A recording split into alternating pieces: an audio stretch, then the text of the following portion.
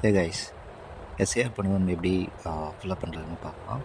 So இதில் first of all உங்களோட பேர், உங்களோட ஃபோன் நம்பர், அதுக்கப்புறமா நீங்கள் இருக்கிற அட்ரஸ், கரண்ட் அட்ரஸ், அதுக்கப்புறமா தந்தையின் பெயர், அவரோட வாக்காளர் அட்டை நம்பர், அதுக்கப்புறமா தாயின் பெயர், அதுக்கப்புறமா அவங்களோட வாக்காளர் அட்டை இருக்கணும்.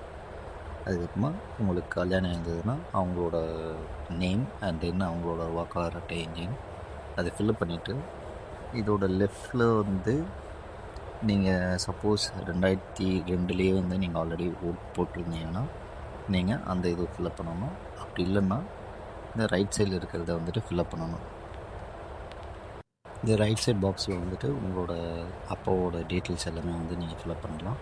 ஸோ அவரோட பேர், அதுக்கப்புறமா வாக்காளர் அட்டை, அதுக்கப்புறமா உறவினரின் பேர்னு கேட்குறாங்க, அதில் உங்களோட கிராண்ட் ஃபாதர் நேம் கூட ஆட் பண்ணிக்கலாம். அதுக்கப்புறமா அவங்களோட மாவட்டம் என்ன, அதில் வந்துட்டு ஃபில்அப் பண்ணுற மாதிரி இருக்கும். ஸோ இதெல்லாமே ஃபில்அப் பண்ணிவிட்டு உங்களோட பூத் லெவல் ஆஃபீஸர்கிட்ட